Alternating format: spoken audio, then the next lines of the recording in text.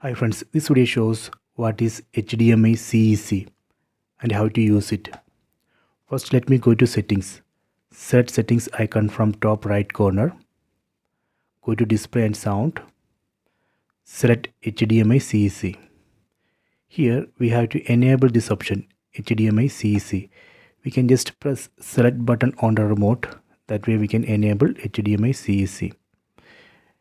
By enabling this option, we would be able to control multiple devices using single remote controller.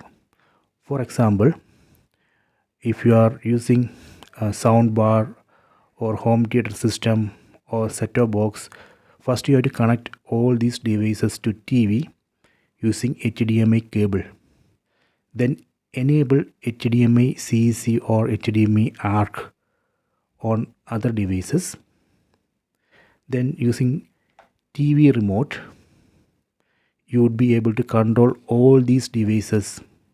For example, you can turn on or off all these devices, or you can adjust the volume, or you can change the program. All these activities you would be able to control with a single remote controller. That is a feature.